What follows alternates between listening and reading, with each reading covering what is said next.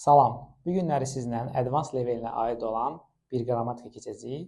Bu qrammatika qon, yəni iki və ya daha çox halın eyni nəticəyə təsir etməməsidir. Baxaq cümləyə. Biqa, oqon, nui, oqon,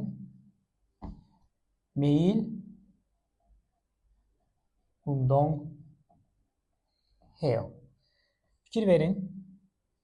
Yağış yağsa da, qar yağsa da idman edirəm.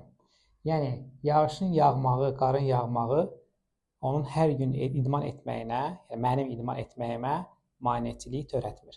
Və belə bir də misal var. John'un nükke, cagon, yəni mən gec yatsam da,